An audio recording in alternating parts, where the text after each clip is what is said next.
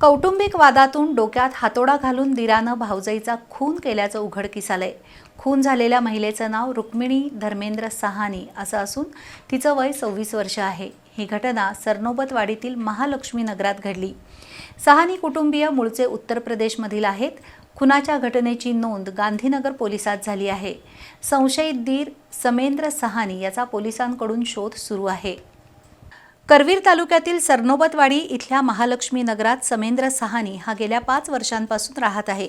तो मूळचा उत्तर प्रदेशातील गोरखपूर जिल्ह्यातील रहिवासी आहे।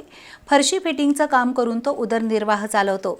त्याचा भाऊ धर्मेंद्र आणि भावाची पत्नी रुक्मिणी सहानी हे मणेरमळा इथं राहतात। सहानी कुटुंबात घरगुती कारणावरून वाद आहे। रुक्मिणी सहानी या आज संध्याकाळी 5 वाजण्याच्या सुमारास दीर समेंद्र सहानी याला भेटण्यासाठी सरनोबतवाडी इथल्या महालक्ष्मी नगरमध्ये गेल्या होत्या। त्या दरम्यान दीर आणि भाऊजाईमध्ये वाद झाला। रागाच्या भरात समेंद्रनं हातोडीनं रुक्मिणी यांच्या डोक्यावर हल्ला केला। या हल्ल्यात रुक्मिणी गंभीर जखमी झाल्या।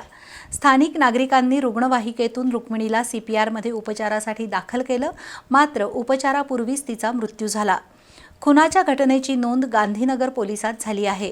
हल्लेखोर समेंद्र सहानी याचा गांधीनगर पोलिसांकडून शोध सुरू आहे। या खुनाचा तपास सहाय्यक पोलीस निरीक्षक अतुल कदम करत आहेत।